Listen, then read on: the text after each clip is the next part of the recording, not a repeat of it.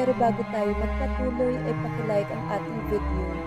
Ganon din ang subscribe button, pati na rin ang bell icon para lagi kayong updated sa mga parating ko pang mga uploads.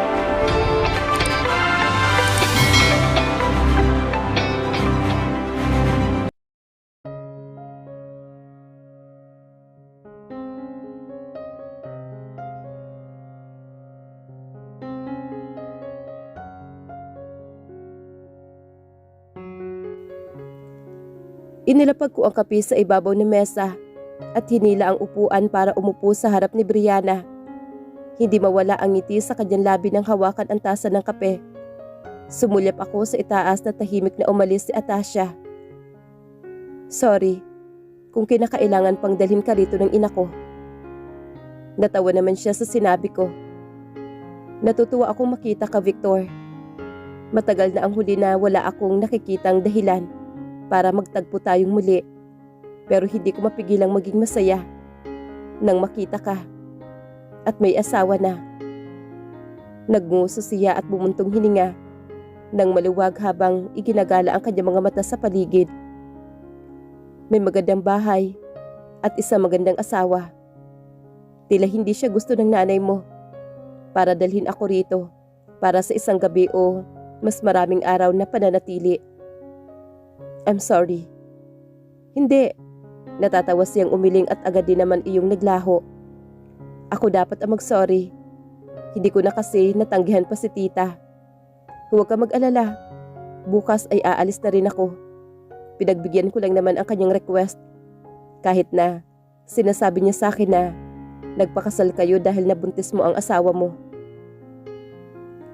Bahagyang gumalaw naman ang aking labi at akmang magsasalita na ako nang magdagdag siyas ng isa pang pahayag. Pero wala namang problema roon kung yon ang rason. Ang mahalaga, nagmamahalan kayo. Hubigop siya ng kape at muli akong hinitian. At sigurado ako, walang makukuha si mama sa kanyang ginagawa. At gustong mangyari. Kahit ilabas pa niya ang lahat ng babaeng nakarelasyon ko o mga dating kasintahan, hindi sila basta-basta makakaapekto sa akin.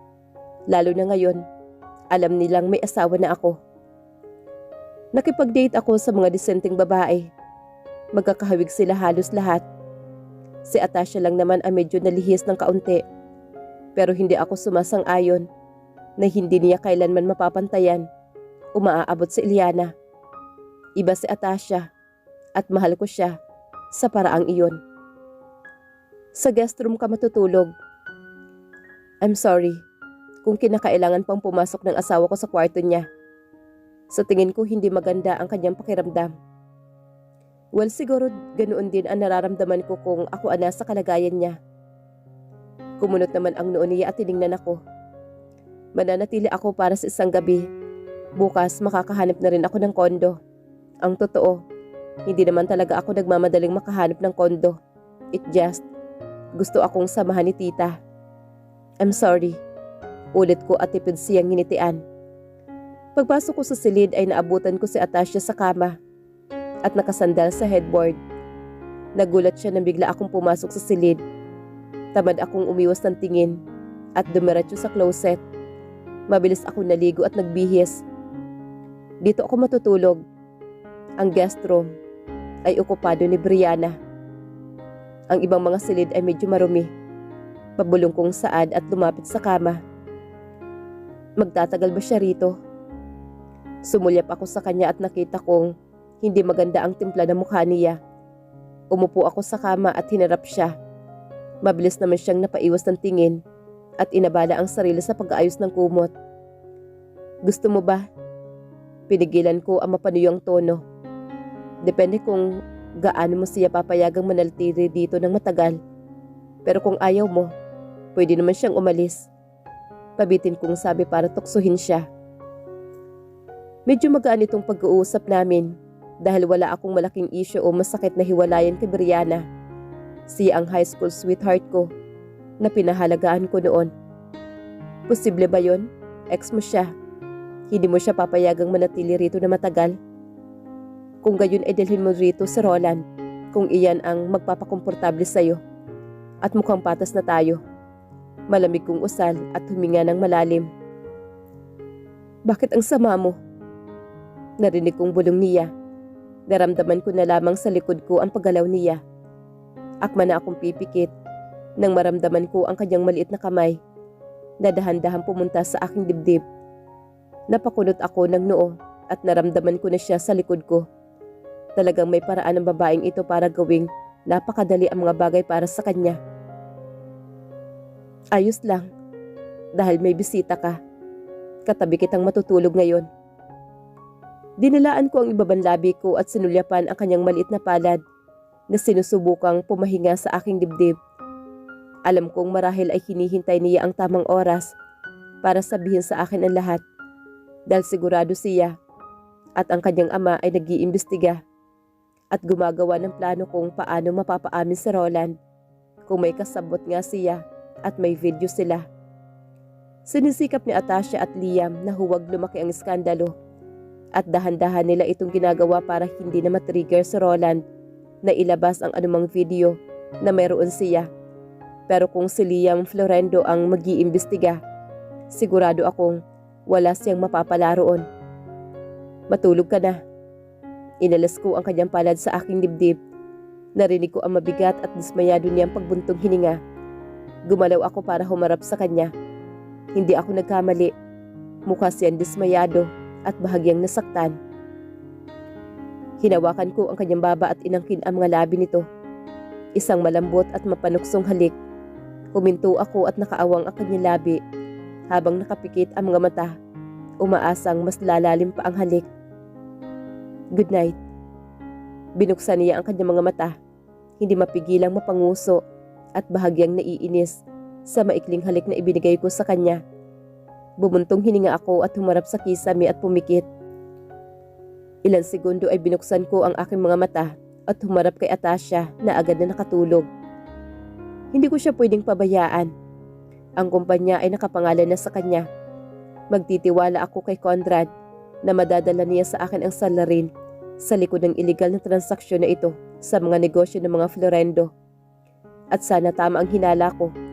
Kapag nangyari iyon, hindi ko palalampasin ang ginawa sa kanya ni Roland. Wala akong pakialam kung gusto niya ang nangyari, kung hindi siya pinilit. Pero binablackmail siya at tinanggap niya ang kahiyang iyon. Kunti na lang. Alam kong malapit ko na ring malalaman ang totoo.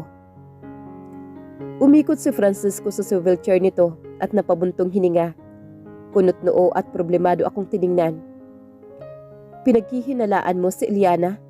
Kaya kailangan natin mag-imbestiga ng palihim? Hindi natin alam kung kasangkot siya sa kaso ni Roland. Ang kausapin ko siya ay mas magbibigay ng dahilan para maghinala siya. Tumayo siya at ipinasok ang kanyang palad sa kanyang bulsa.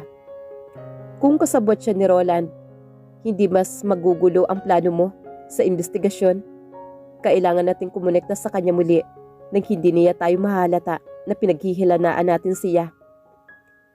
Binuklat ko ang pahina ng impormasyong mayroon kami mula sa Rehabilitation Center at naroon siya para sa isang research paper. Nag-alinlangan pa rin ako kung maniniwala ako sa kanya o hindi. Lumapit naman sa akin si Francisco at dumungaw na rin sa aking tinitingnang mga papel. Hindi ba't hindi ka naman mahihirapan kung si tita na mismo ang magdadala kay Eliana sa'yo?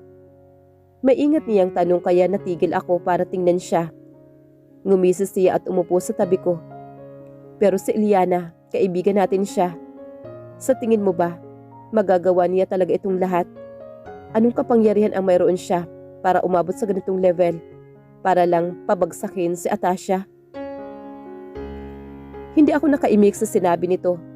Hindi ko pa alam kung kaya niya nga ba o sadyang hindi dapat ako maghinala kay Eliana.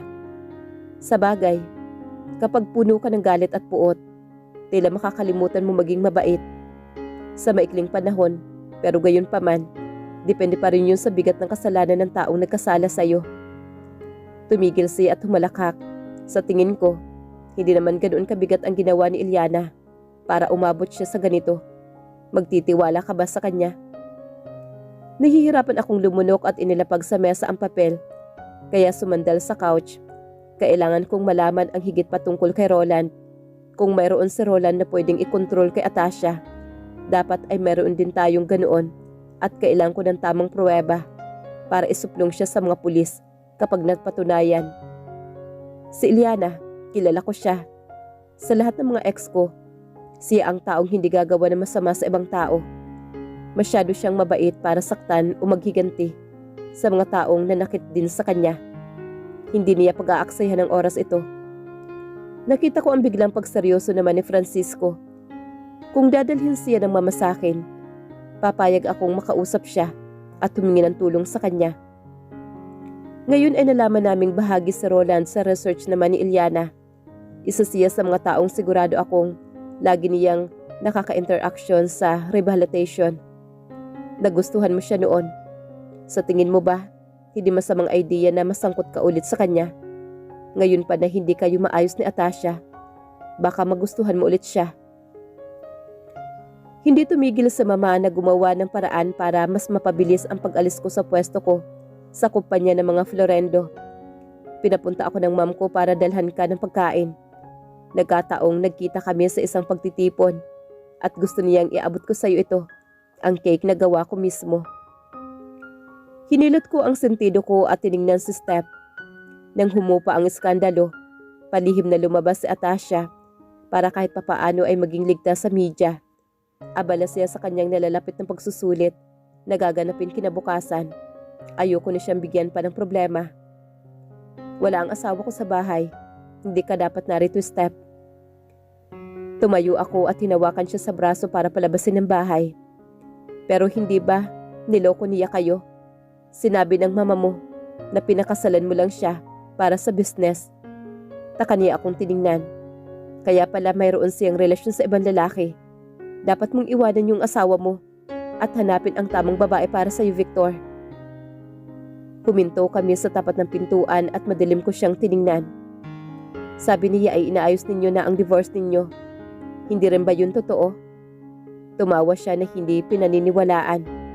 Biglang nawala ang pag-asa sa kanyang mga mata at nakatawang naiinis dahil naloko ito. Galit lang siya, kaya niya nasabi yon. Humina ang boses ko nang bumukas ang pinto at si Atasha iyon na may dalang mga libro. Agad na dumapo ang tingin niya sa aming dalawa bago bumagsak sa pagkakahawak ko sa braso ni Steph. Pagod niya akong tiningnan at bahagyang yumuko. Mauna na ako, Victor. Dinala ko lang ang cake at sana ay magustuhan mo. Salamat sa pagsama sa akin. Bahagyang ngumiti si Steph at umiling dahil sa kahiyan nang lumabas siya sa bahay. Aakyat na ako at magpapahinga.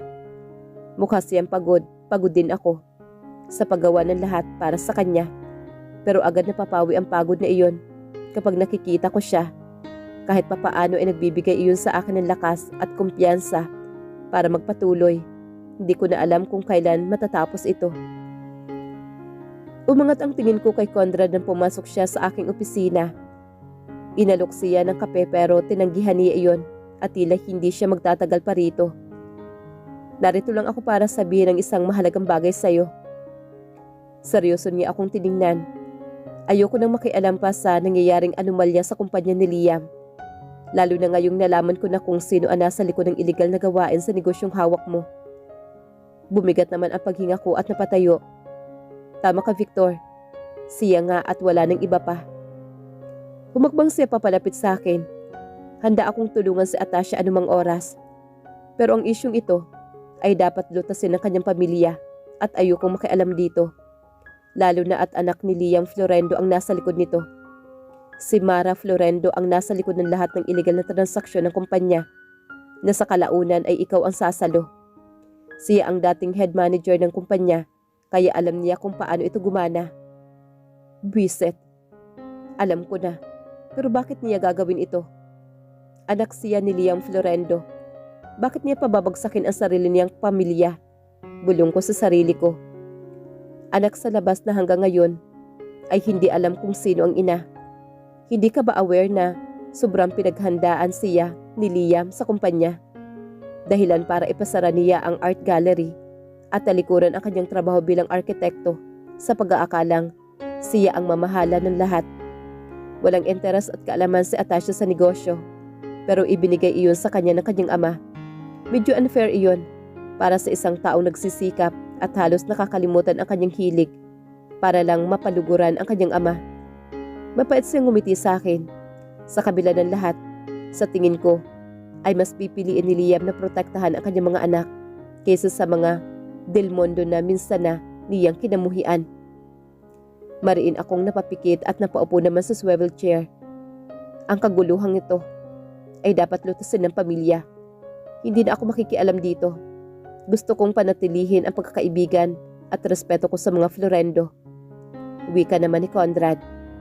Bakit ayaw niyang ibigay kay Mara ang kumpanya? Anak niya ito. Hindi kawalan na mapunta sa kanila ang negosyo sa sarili niyang anak. Makasarili siya, alam ko. Pero ang hayaan itong malugis sa kami ni Atasha na walang interes sa negosyo ay hindi ba magiging pabor sa kanya? Ang pinakamahusay niyang pagpipilian ay si Mara at gayon pa man, nakahanap pa rin siya ng paraan para ibigay ito kay Atasha at ginamit ako. Pero hindi nagtagumpay dahil sa kanyang anak na muling nakakaramdam ng pagtataksil mula sa kanyang ama. Pinaniniwalaan kong pinarurusahan ako ngayon. Pinarurusahan ako ni Victor sa ginawa ko sa kanya at hindi ko iyon na itanggi ni ipagtanggol ang sarili ko. Tinitigan ko ang aking laptop at nakita ang aking pangalan sa listahan ng mga nakapasa. Banayad akong napangiti. Kahit ang lahat sa buhay ko ay magulo, ang aking pangarap ay buo pa rin. Sa tingin ko ay magiging masaya pa rin ako sa dulo ng kaguluhang ito. Kinuha ko mula sa aking bulsa ang kwintas na ibinalik sa akin ni Atlas. Ito ang kwintas na may pendant ng timbangan ng katarungan na ibinigay sa akin ni Victor noong college. Dahan-dahan kong hinaplos ang pendant bago napalingon sa labas para tingnan ang paglubog ng araw. Nagustuhan mo ba ang kape? Napalingon naman ako kay Mara na kararating lang at nakaupo sa harap ko. Sa huli mas pinaramdam sa akin ni Mara na walang ibang magdadamayan kundi ang sariling magkakapamilya at magkadugo. Gusto ko, payapa at tahimik ang lugar. Ang ganda ng bahay mo. Isa rin itong selebrasyon para sa'yo. Sa wakas ay naabot mo na rin ang mga pangarap mo, Atasha. Sobrang saya ko para sa'yo. Sincere siyang ngumiti sa akin habang ang kanyang mga mata ay nagliliwanag naman sa kagalakan.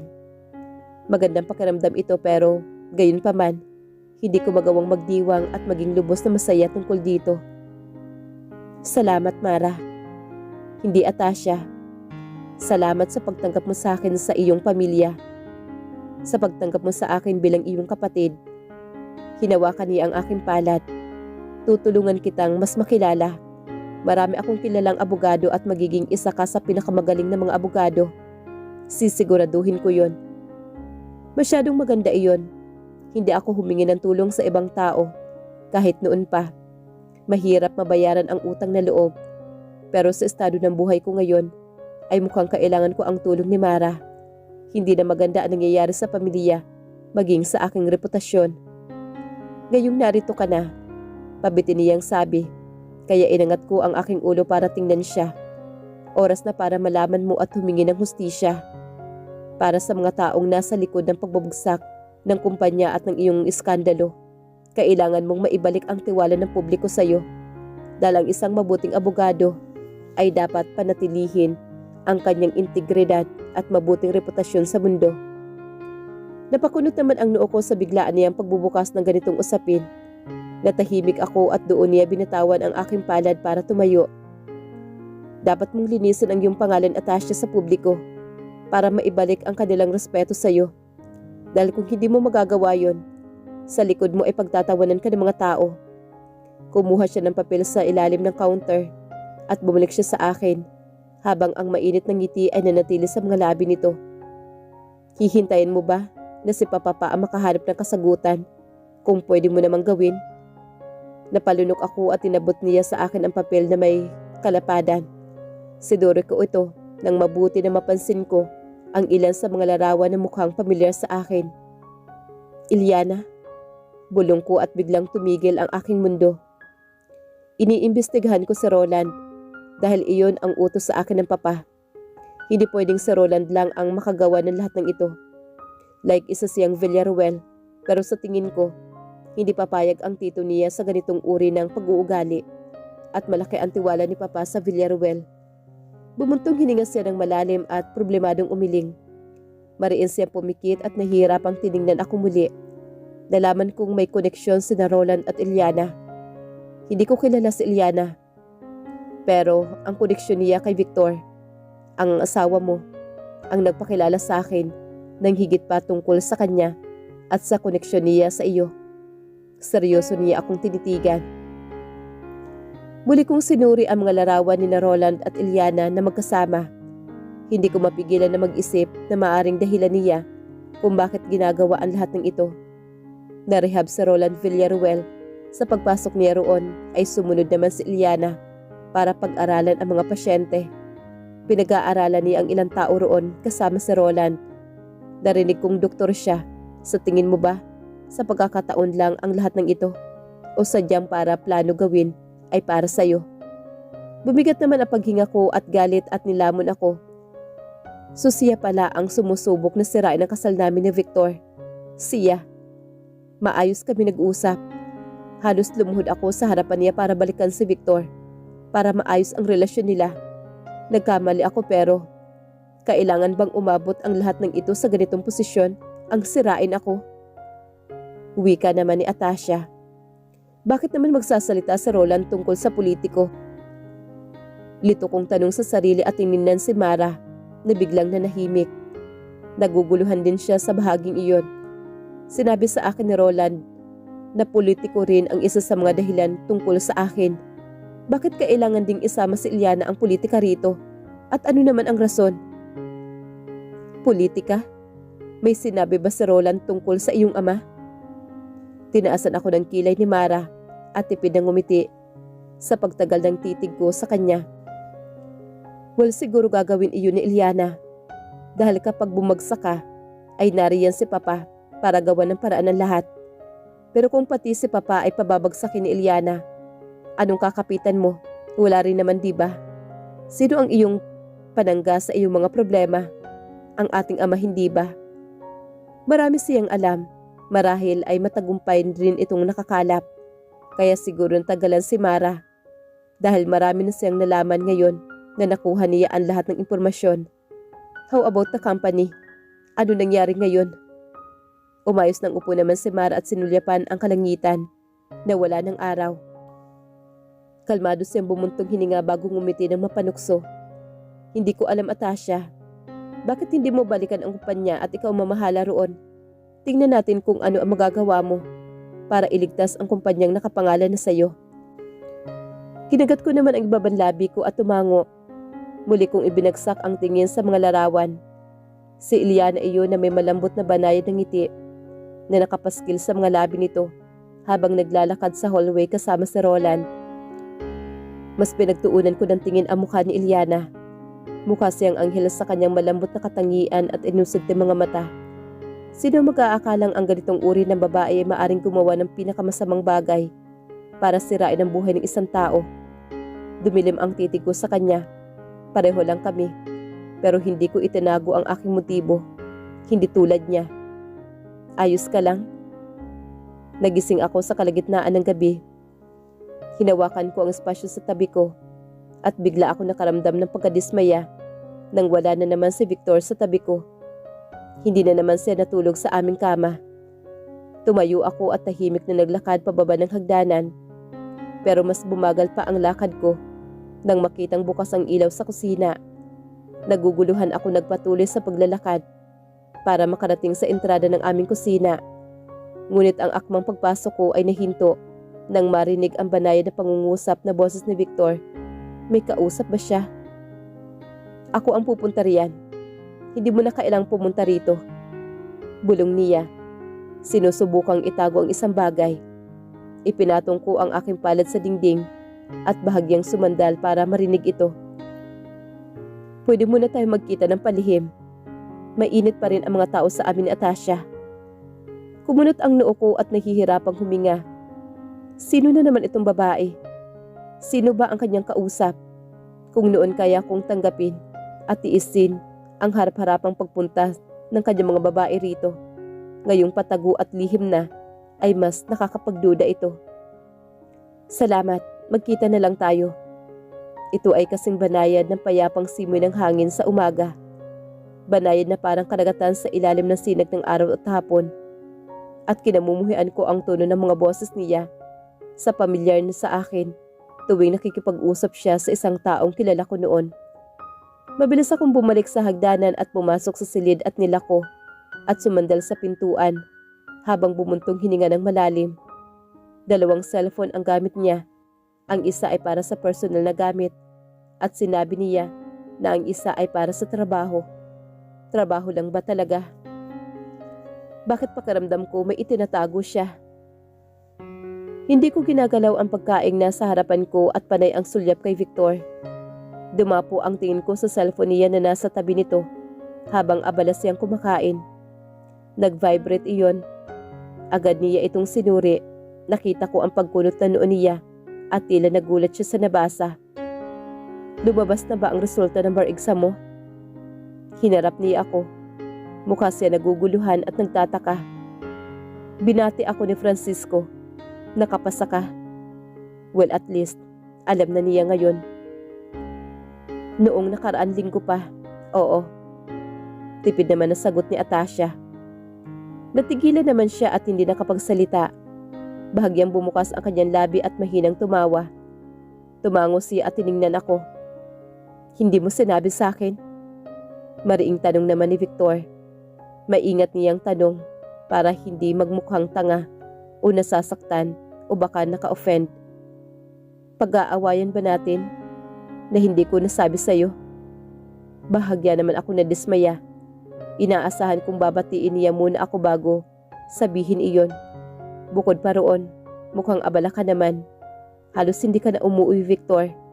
Paalala ko sa kanya sa mga nakaraang kilos niya. Noong matanggap ko ang mga babae na harap-harapang nagpapakita sa akin. Pero ngayong patago na, pakiramdam ko, dapat na ako magduda. Dapat sinabi mo sa akin na mas maaga. Sabi niya sa barito ng boses. Anyway, congratulations. Umiwas siya ng tingin at nagpatuloy sa pagkain. Magiging masaya ba ako kung hindi kami madalas na mag-away? O dapat ba akong maging masaya na naging hangin na lang ako sa kanya? Kailangan lang para sa kanyang pahinga, pero hindi kailanman kinikilala ang aking presensya. Atasha, bigla niyang tawag sa haba ng katahimikan. Nakikita mo pa ba ang kapatid mo? Bakit? Anong tungkol sa kanya? Tinatanong lang kita. Maingat niyang tugon. Oo, abala si Atlas. Wala si Mami sa Pinas. May inaasikaso si Dad. Tapos na ang kumpanya pero tila abala si Dad. Sobrang abala. Si Mara lang naman lagi akong nakakasama. Huwag ka mag-assume na may kasama akong lalaki. Si Mara lang ang kasama ko tuwing lumalabas ako. Bakit hindi si Diana? Si Carlota? O ilan sa mga kaibigan mo lalaki? Hindi naman kita pinagbabawalan na makipagkita sa mga tunay mong mga kaibigan. Dapat mo ring silang samahan. Ano bang problema nito? Tanong naman ni Atasha sa sarili. Abala si Diana.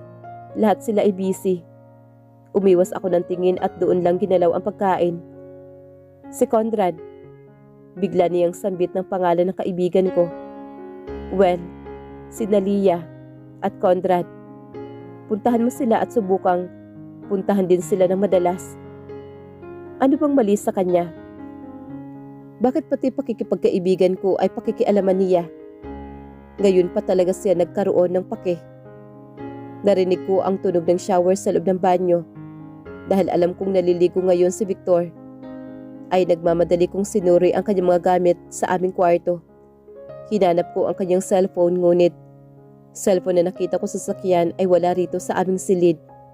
Lumabas ako para pumunta sa kanyang opisina. Pagpasok ko pa lang, ay nagmandali akong tinungo ang kanyang mesa at pinagbubuksan ang mga drawer. Hindi ko alam kung mayroon siyang affair o wala, pero iba ang pakiramdam ko. Tumigil ako sa paghahanap nang makita ko ang kanyang cellphone sa ilalim ng mesa. Malapit sa kanyang laptop, kinuha ko iyon at binuksan, pero gaya ng inaasahan ko, nakalak iyon. Wala akong pag-asang bumuntong hininga at tinitigan na lang ang kanyang cellphone. Maraming hindi pa nababasang mensahe doon na hindi ko alam kung kanino galing, pero sa iisang tao lang iyon lahat. Mahal niya ako. Hindi niya magagawa ito sa akin. Ibinalik ko ang kanyang cellphone at dahan-dahang tumango. Magtitiwala ako sa kanya. Magtitiwala ako sa kanya.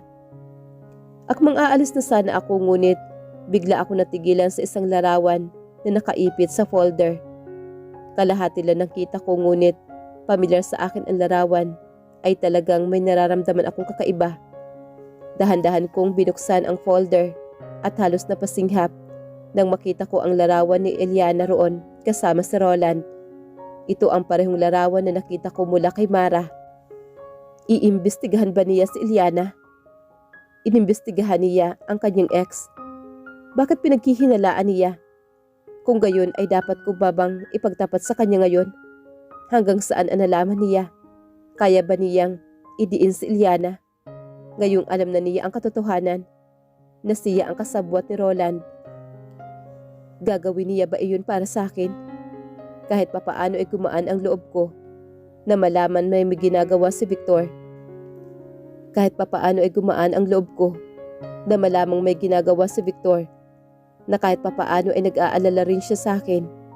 Napangiti ako sa isiping iyon, pero agad ring napawi nang maisip ko kung ano kaya ang nararamdaman niya na malaman ang katotohanan tungkol kay Eliana.